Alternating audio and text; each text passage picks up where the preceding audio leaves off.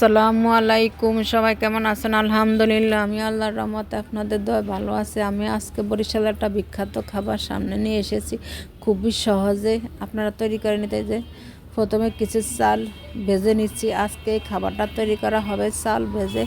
এই খাবারটার নামটা আমি বলে দিচ্ছি। প্রথমে আপনারা টাইটেল দেখি হয়তো অনেকে বুঝতে পারছেন। আজকের নাম হবে, খাবারের নাম হবে চালের বিস্কি। খুবই বিখ্যাত এই খাবারটা বরিশালের।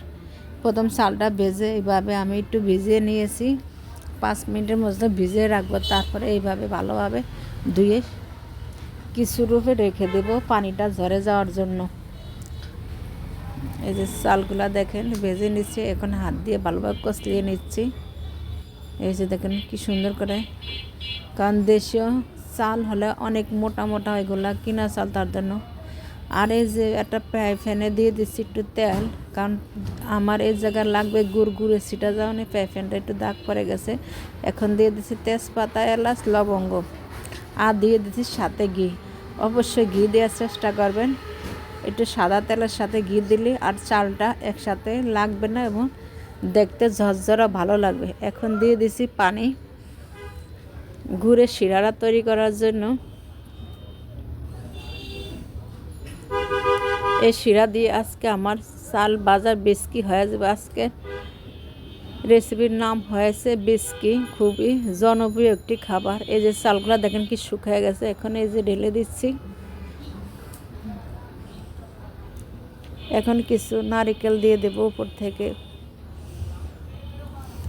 এই চাল ভাজা বিস্কির সাথে অবশ্যই নারকেল দেওয়া লাগবে, তাহা না হলে ভালো লাগবে না।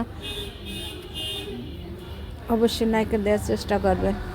এই যে কিছু কোরানো নারকেল দিয়ে দিছি।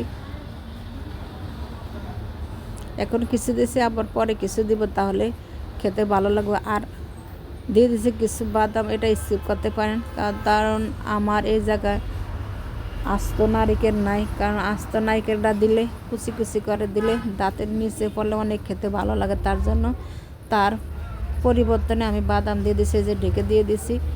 এই যে এই সময়টা কিছুক্ষণ পর পরই নেড়ে দিতে হবে। দেখেন এই চালগুলো একবার ফুলে দ্বিগুণ হয়ে যাবে, দেখবেন। এই খাবারটা এত মজা, যদি হালকা আপনি রান্না করে হালকা ডিপ বা নর্মাল ফ্রিজে রেখে দিয়ে খান, তাহলে বেশি মজা হয়। কিছুক্ষণ পর পর ঢাকনা উল্টে নেড়ে দিতে হবে, কারণ গুড়ের নিচে লেগে যেতে পারে। এইভাবে কতক্ষণ পর পর নেড়ে দিবেন। এ দেখেন চালগুলা ফুটে গেছে, একদম পানি রাখা যাবে না। এই যে পানিটুকু আছে, পানিটুকুলো আমি ঢাকনা দিয়ে শুকিয়ে নেব। আবার ঢাকনা দিয়ে দিচ্ছি। এই যে আবার ঢাকনা খুলে আপনাদেরকে দেখাচ্ছি।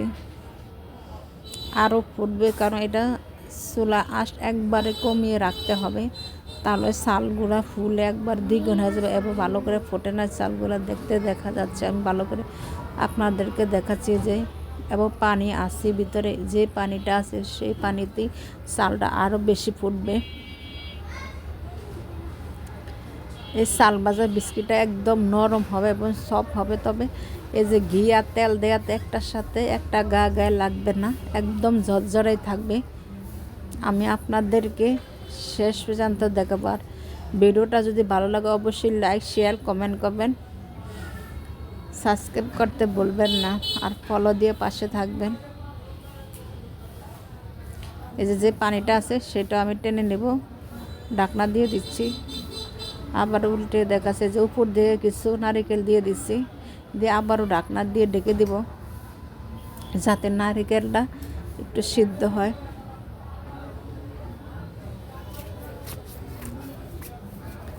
আবারও ঢাকনা দিয়ে দিচ্ছি। এই যে আমার পানিয়ালি দেখেন বিস্কিটটা একদম রান্না হয়ে গেছে। কারণ বাদামটা দেওয়াতে একটু খেতে মজা লাগে, তবে নারকেলটা কুচি কুচি করে দিলে বেশি ভালো লাগে।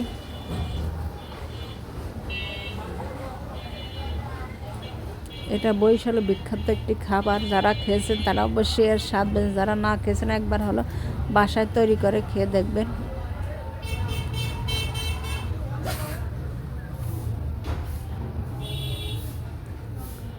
দেখেন আমি একটু আপনাদেরকে সব করে দেখাচ্ছি, খুবই মজাদার একটি রেসিপি।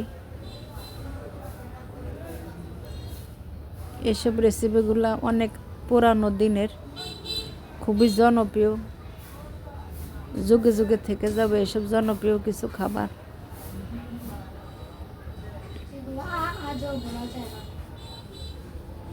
দেখেন কালারটা কি সুন্দর আছে, খেজুর গুড় দিয়ে রান্না করলে আরও বেশি ভালো লাগবে। একটু লাগবে না, যা জর্দা যেভাবে তৈরি করেন ওই রকমই, তবে ভিন্ন রকম একটু স্বাদ আসে এই জায়গায়। ভাজা চাল ভাজা, এটা কিন্তু চাল ভেজে রান্না করা লাগে। দেখেন কি সুন্দর হয়েছে, গুড়টা ঢুকে একদম কালারটা বেড়ে গেছে। দেখেন কালারটা অনেক সুন্দর হয়েছে। সবাই ভালো থাকবেন, সুস্থ থাকবেন। আল্লাহ হাফেজ, আসসালামু আলাইকুম।